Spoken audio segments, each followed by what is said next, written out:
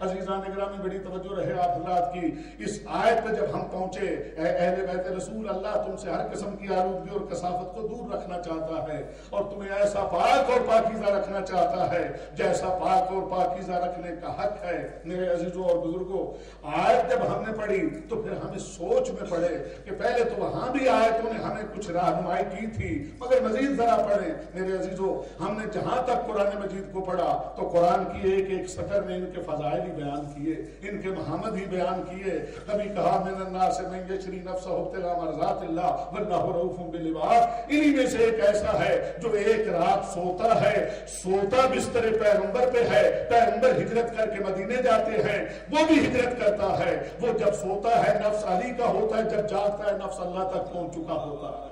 صلوات پڑھنے بلند آواز سے محمد و آل محمد۔ ہم نے ان کے متعلق پڑھا وَاعْلَمُوا أَنَّمَا غَنِمْتُم مِّن شَيْءٍ فَأَنَّ لِلَّهِ خُمُسَهُ وَلِلرَّسُولِ وَلِذِي الْقُرْبَىٰ، کہ دیکھو جو بھی تمہارے پاس ہے بچا ہوا اس میں سے 5واں حصہ وَاعْلَمُوا أَنَّمَا غَنِمْتُم مِّن شَيْءٍ فَأَنَّ لِلَّهِ خُمُسَهُ وَلِلرَّسُولِ وَلِذِي الْقُرْبَىٰ، انہی کے شان میں اتری اور ارشاد ہوا قُلْ لَا أَسْأَلُكُمْ عَلَيْهِ أَجْرًا إِلَّا الْمَوَدَّةَ فِي الْقُرْبَىٰ، کہہ دیجئے اے میرے پاک پیغمبر، میں اپنی رسالت کا کوئی اجر تم سے طلب نہیں کرتا سوائے اس کے کہ میرے قرابت داروں سے محبت کرو۔ ہم جب اہل بیت کے پاس پہنچے کہ دین حاصل کریں، عزیزان گرامی بڑی توجہ رہے آپ حضرات کی، آل محمد کے پاس پہنچے دین حاصل کرنے کے لیے، تو آل محمد کے ہاں سے ہم نے وہ استغنا پایا، دین کی وہ دولت پائی کہ قیامت کا دن طلوع ہو جائے گا، آل محمد کے دروازے پہ دین حاصل کرنے والا سائل ایک لمحے کے لیے بھی دین کے معاملہ میں محتاج نہیں، دین کے معاملہ میں محتاج نہیں ہوگا۔ اور بڑی توجہ ہے آپ حضرات کی، یہ آپ حیران ہوں گے آج جب کہ محرم سلسلہ شروع ہو گیا ہے، اور یہ سلسلہ جو ہے میں سمجھتا ہوں اس موقع پہ یہ بات کرنا انتہائی ضروری ہے۔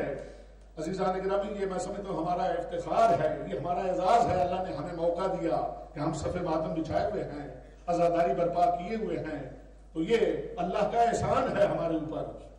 اور جس طرح ارشاد ہے منت ملے کے خدمت سلطان ہمی کنی منت عزو شناس بے خدمت بداعت تک، یہ دیکھی نہ سمجھ کے بادشاہ کی نوکری کر رہا ہے، یہ بادشاہ کا احسان ہے اس نے تجھے اپنا نوکر رکھ لیا، یہ اللہ کا احسان ہے اس نے عزاداری کے لیے ہمیں موقع فراہم کر دیا۔ عزیزو ہم نہ تھے، عزاداری تھی، ہم ہیں، عزاداری ہے، ہم نہیں ہوں گے، عزاداری ہوگی۔ اور بڑی توجہ ہے آپ حضرات کی، سال کے 360 دن 355 دن لوگ ساری دنیا کی باتیں کرتے رہتے ہیں، مگر جب چاند محرم کا طلوع ہوتا ہے ہر کلو میں چاہے جہاں سے بھی کہتا ہے یہ حق و باطل کی جنگ ہے، یہ صدق و کذب کی جنگ ہے، یہ اسلام اور کفر کی جنگ ہے، یہ توحید اور شرک کی جنگ ہے، یہ دین اور لا دینیت کی جنگ ہے، تو گویا جب ہر ایک کہتا ہے چاہے وہ شعوری یا لا شعوری طور پہ کہتا ہے کہ یہ دین اور بے دینی کی جنگ ہے، حق اور باطل کی جنگ ہے، تو مجھے یہ اعلان کہنے دیجئے کہ اسلام صحیح وہی ہوگا 61 ہجری کے بعد جس اسلام پہ حسین کی مہر ہوگی، وہی دین صحیح ہوگا، وہی نماز صحیح ہوگی، وہی روزہ صحیح ہوگا، وہی حج صحیح ہوگا، وہی زکوٰۃ صحیح ہوگا، وہی فکر صحیح ہوگی۔ اور میرا مذہب اس معاملے میں اتنا مستغنی ہے کہ ہم لوگ کہتے ہیں آپ کسی دوسرے سے روایت نہیں لیتے، آپ صرف اہل بیت سے روایتیں لیتے ہیں، آپ دوسرے سے روایت نہیں لیتے۔ عزیزان گرامی، اس سلسلے میں عرض کروں آپ کی خدمت میں، ہمیں ایک دن بھی محتاجی نہیں ہوئی کہ ہم کسی کے ہاتھ جائیں۔ آپ نے پنجابی کا ایک محاورہ سنا ہوگا کہ جس کے پاس 100 اوزار ہوتے ہیں وہ بھی اس کا محتاج ہو جاتا ہے جس کے پاس ایک اوزار ہو، جس کے ٹول بکس میں 100 اوزار ہوں وہ بھی اس کا محتاج ہو جاتا ہے جس کے پاس صرف ایک اوزار ہے۔ یہ پنجابی کا محاورہ ہے، دین کی بات نہیں۔ ہم دین کے معاملہ میں ایک لمحہ کے لیے بھی محتاج نہیں ہوئے کہ کسی غیر دروازے پہ جائیں۔ ہم نے باب اہل بیت تلاش کر لیا ہے، دین کی ایک ایک ضرورت ہماری وہاں سے پوری ہے، ہمیں کوئی مسئلہ ایسا پیش نہیں آیا جس کے لیے ہم کسی ایرے گہرے یا ابو ہریرے کو ڈھونڈیں۔ عزیزان ایک صلوات پڑھ لیں بلند آواز۔ بڑی توجہ ہے آپ حضرات کی، جہاں جہاں تک آواز پہنچ رہی ہے۔ ہم ازواج کا بڑا احترام ہے، بڑا مقام ہے، مگر حدیث اس لیے ان سے نہیں لیتے۔ پاک پیغمبر کی بیویاں ایک مرتبہ سب جمع ہوئی اور کہا یا رسول اللہ، ہم میں سے آپ کو سب سے زیادہ عزیز کون ہے؟ پیغمبر فرماتے ہیں جو بھی آپ میں سے وسیع الید ہے، جس کے ہاتھ کھلے ہیں، وسیع الید ہے۔ کیا مانا؟ اب پیغمبر تو یہ ارشاد فرما کے چلے گئے، انہوں نے ہاتھ دیکھنا شروع کیے، اس کے کتنے وسیع ہیں کتنے کھلے ہیں، اور جب نتیجہ دیکھا پیمائش کی صورت میں تو سبھی برہم ہو گئے، یا رسول اللہ آپ کمال کر دیا، فیصلہ جو کیا، نہ بیک گراؤنڈ دیکھا، نہ خاندان دیکھا، نہ خدمات دیکھی، جس کے ہاتھ کھلے ہیں۔ جب سبھی برہم دیکھی، کہا کیا ہوا؟ کہا آپ نے فلاں کے حق میں فیصلہ دی۔ حضور فرماتے ہیں تمہیں کس نے بتایا؟ کہا ہم نے دیکھا اس کے ہاتھ ہمارے ہاتھوں کی نسبت زیادہ وسیع ہیں، مگر پیغمبر فرماتے ہیں یہ تم نے ناپ کیسے لیے کہ وہ وسیع ہیں؟ کہا ہم نے دیکھ لیے کہ اس کے ہاتھ وسیع ہیں۔ پیغمبر فرماتے ہیں میرا مقصد یہ ہے جو اللہ کی راہ میں خرچ زیادہ کرتی ہے، جو یتیموں بیواؤں مسکینوں پہ خرچ زیادہ کرتی ہے، وسعت ید سے میری میں یہ مراد تھی۔ عزیزان گرامی، جو پیغمبر کی یہ بات نہ سمجھ سکی، توجہ ہے، جو پیغمبر کی یہ بات نہ سمجھ سکی، یہ تو ہے ازواج محترمات کی بات۔ اب آ جائیے صحابہ کرام، اور ان میں چھوٹے موٹے کی بات نہیں، وہ بڑے جو کاتب وحی تھے، حضرت ابی بن کعب، نام آپ نے ہزاروں ہزار مرتبہ سنا ہوگا۔ پیغمبر نے ایک مرتبہ بلایا، یہ کاتب وحی تھے، انہیں پیغمبر جو آیتیں آتی تھی لکھوا دیتے تھے، یہ لکھا کرتے تھے، یہ کاتب وحی تھے۔ اور یہی بعد میں تراویحوں کے پہلے امام ایک صلوات پڑھ لیں بلند آواز سے، تراویح کی ابتدا میں پڑھی گئی، انہیں پیغمبر نے آواز دی، بلایا، ابی میری بات سنیں۔ یہ نماز پڑھ رہے تھے، انہوں نے نماز کے دوران ہی ذرا آواز بلند کی تاکہ پیغمبر کو پتہ چل جائے میں نماز پڑھ رہا ہوں۔ پیغمبر نے پھر بلایا، انہوں نے ذرا اور اونچا قرأت کی، اہدنا الصراط المستقیم۔ پیغمبر نے تیسری مرتبہ بلایا، اس نے اور بلند آواز سے کہا صراط الذین انعمت علیہم۔ پیغمبر خاموش ہو گئے، نماز مکمل ہوئی، یہ آئے اور آ کے کہا یا رسول اللہ میری کروڑوں میں آپ پہ فدا ہوں، آپ نے یاد فرمایا اور میں اس وقت نماز پڑھ رہا تھا۔ کہا پیغمبر کی پیشانی پہ جلال نمودار ہوا، فرمایا او ابی تو کاتب وحی ہے، تم نے قرآن مجید میں اللہ کا یہ حکم نہیں پڑھا فاستجیبوا للہ وللرسول اذا دعاکم، کہ اللہ اور اس کا رسول جب بھی بلائیں فوراً لبیک کہا کرو۔ فوراً کانوں پہ ہاتھ رکھ کے کہتا ہے یا رسول اللہ پڑھا کئی مرتبہ ہے مگر سمجھا، پڑھا کئی مرتبہ ہے مگر سمجھا آج ہے۔ عزیزان گرامی، یہ ہے ان کا معاملہ جو کاتب وحی ہیں۔ بڑی توجہ ہے آپ رات کی۔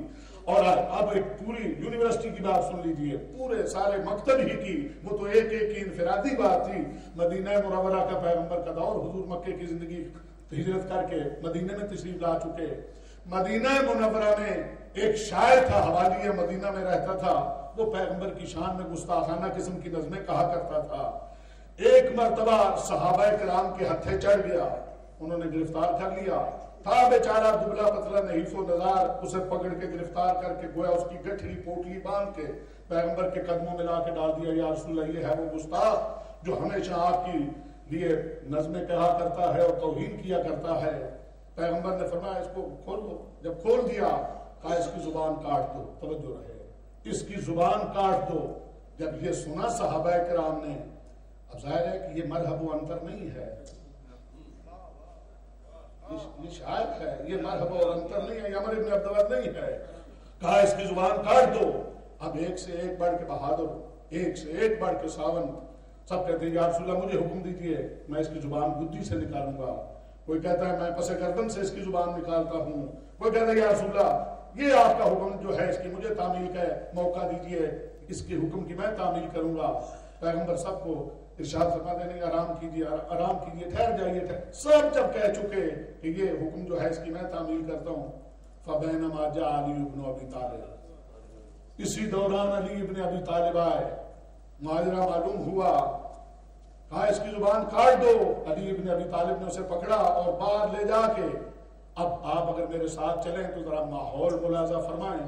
یقیناً پیغمبر مسجد نبی میں تشریف فرما ہوں گے، صحابہ کرام تشریف فرما ہوں گے، جب علی اس کو پکڑ کے مسجد سے باہر لے کے گئے ہوں گے، کچھ ضعیف صحابی پیغمبر کے پاس رہ گئے ہوں گے، باقی تو جو نوجوان ہیں وہ بچے، وہ خاص کر یہ تماشا دیکھنے کے لیے کہ کیسے اس کی زبان کٹے گی، کیسے چیخے گا، کیسے چلائے گا۔ عزیزان گرامی، اور کچھ ویسے ہی چلے گئے ساتھ، مجمع زیادہ تو علی ابن ابی طالب کے ساتھ پہنچ گیا ادھر۔ جب حضور باہر لے کے گئے اسے مسجد سے باہر، امیر المومنین اپنا اونٹ بٹھا کے آئے تھے، اسے کہا یہ اونٹ لے لو اور جتنا جلدی ہو سکتا ہے یہاں سے نکل جاؤ۔ کہاں تو وہ یہ خوف کہ ابھی ابھی میری زبان کاٹی جائے گی، کہاں یہ کہ بھاگنے کے لیے اونٹ بھی مل رہا ہے. اب اگرچہ وہ اچھا رائڈر نہ بھی ہو اب تو وہ اونٹ کو بھگائے گا جتنا ممکن ہے، اسے زیادہ سے زیادہ بھگائے گا. اس نے اونٹ لیا اور چلا گیا. لوگوں کو تماشا دیکھنا نہیں ملا، خاص کر بچوں کو مایوسی ہوئی کہ ہم نے تو وہ تماشا نہیں دیکھا. لوگ بھی حیران ہیں کہ یہ زبان کاٹنے آئے تھے، انہوں نے اونٹ دے کے بھگا دیا. واپس آئے، یا رسول اللہ، علی ابن ابی طالب نے تو اس کی زبان نہیں کاٹی. حضور فرماتے ہیں میری بات تم سمجھے ہی نہیں، میری بات صرف علی سمجھے. میری بات تم سمجھے ہی نہیں، میری بات صرف علی سمجھے. میرا دل کرتا ہے ہاتھ جوڑ کے کہوں یا رسول اللہ، جو لوگ آپ کی زندگی میں آپ کی بات نہیں سمجھے وہ آپ کے بعد آپ کی بات ہمیں کیا سمجھائیں گے؟ جو آپ کی زندگی میں آپ کی بات نہیں سمجھے وہ آپ کے بعد آپ کی بات ہمیں کیا سمجھائیں گے؟ ہمیں تو کوئی ایسا سمجھانے. اور جناب زبان کٹ گئی. اب ملاحظہ کیجئے، جب وہ اونٹ لے کے چلا گیا، کل گرفتار ہو کے آیا تھا، آج خود حاضر ہو گیا، ہاتھ میں کچھ اورات پکڑے ہوئے ہیں. سلام کر کے کہتا ہے یا رسول اللہ، ساری رات جاگتا رہا ہوں اور یہ سوچتا رہا ہوں کہ جس شہر کا در علی ہے، جس گھر کا دروازہ علی ہے، جس آقا کا غلام علی ہے، جس کا اتنا اخلاق بلند ہے، اس کے آقا کا کتنا اخلاق ہونا چاہیے. مولا ساری رات محنت کی، ایک قصیدہ لکھا ہے. اگر اجازت ہو تو پھر سلوات پڑھنے میں لگتا ہے. میرے دوستو، کٹی زبان یا نہیں، جو ہجو کرتی تھی، جو مذمت میں اشعار کہتی تھی، اب وہی قصیدے پڑھنے لگ گئی ہے، وہی مدح کرنے لگ گئی ہے. تو میرا اس سلسلے سے عرض کرنے کا مقصد یہ تھا کہ جو لوگ پیغمبر کی بات پیغمبر کے عہد میں، پیغمبر کے زمانے میں، پیغمبر کی موجودگی میں نہ سمجھ پائے، وہ پیغمبر کے بعد ہمیں کیا سمجھائیں گے؟ میرے عزیزوں اور بزرگوں، ہمارا مذہب اہل بیت کا مذہب ہے، آل محمد کا مذہب ہے، فی القربا کا مذہب ہے، ذی القربا کا مذہب ہے. خوش ہوتے ہیں تو اہل بیت کے لیے، روتے ہیں تو اہل بیت کے لیے، منتیں ہیں تو اہل بیت کے لیے، نیازیں اور حاضریاں ہیں تو اہل بیت کے لیے. میری آسمان سے اوپر کی گفتگو نہیں ہوتی، زمین سے نیچے کی گفتگو نہیں ہوتی. ہمارا مذہب اہل بیت کا مذہب ہے، اور ثبوت اس کا یہ ہے، ہمارا ادھر بچہ پیدا ہوا، اس کے کان میں توحید و رسالت کے بعد پڑھتے ہیں علی ولی اللہ. بات ٹھیک ہے، اس کے کان میں توحید و رسالت کے بعد پڑھتے ہیں علی ولی اللہ. نام اس کا آل محمد کے ناموں پہ رکھتے ہیں. اس کی پیدائش کی خوشی میں آل محمد کی منتیں، نیازیں، حاضریاں دینے لگ جاتے ہیں. جو ہے نا آپ حضرات کی، خدا گواہ ہے، وہ بچہ ماں کی گود میں امی کو امی اور باپ کو پاپا کہہ لے، ہم اتنے خوش نہیں ہوتے. مگر جب وہ بچہ ماں کی گود میں یا علی کہتا ہے، جو ہے نا، جب وہ بچہ ماں کی گود میں یا علی کہتا ہے تو ہماری مائیں 7 پڑوسنوں کو بتاتی ہیں اب میرا بچہ علی علی کرنے لگ گیا. اگر یقین نہ ہو تو ذرا اپنے حافظے پہ زور ڈالیے، سوچئے آپ نے پہلی مرتبہ یا علی کب کہا تھا. اگر جواب نہ ملے تو دعا دیجئے ان ماؤں کو جو دنیا میں نہیں رہی، اللہ انہیں کروٹ کروٹ جنت دے. اور دعا دیجئے ان ماؤں کو جو دنیا میں ہیں، اللہ ان کے سائے اپنی اولاد کے سروں پہ قائم اور دائم رکھے، جنہوں نے دودھ کے ساتھ ساتھ اہل بیت کے نام بھی تعلیم کیے، نام بھی پڑھائے، محبت اہل بیت بھی تعلیم کی. عزیزان گرامی، جب تھوڑا سا بچہ بڑا ہو جاتا ہے، ہم تو پہلے ہی کام یہ ہے اسے آل محمد کے نام، پنجتن پاک کے نام تعلیم کرتے ہیں. کیوں بات درست ہے میرے عزیزوں؟ ایک سلوات پڑھ لیں. آل محمد کے نام تعلیم کرتے ہیں، آل محمد کے نام تعلیم کرتے ہیں. جب تھوڑا اور بڑا ہو جائے، 12 اماموں کے نام پڑھاتے ہیں، 14 معصومین کے نام یاد کراتے ہیں. جب تھوڑا اور بڑا ہو جائے، اصول دین اسے یاد کراتے ہیں، فروع دین اسے یاد کراتے ہیں. جب تھوڑا اور بڑا ہو جائے، اسے کہتے ہیں بیٹے نماز پڑھ مگر طریقہ اہل بیت کا. توجہ رکھے، بیٹے نماز پڑھ مگر طریقہ اہل بیت کا. روزہ رکھ مگر افطار، وہ گوڑا سن کے نہیں افطار کرنا. ثم اتم الصیام الی اللیل، جب فقہ جعفریہ کے مطابق رات آ جائے اور سرخی سر سے ڈھل جائے، اس وقت روزہ افطار کرنا. جب تھوڑا اور بڑا ہو جائے اس سے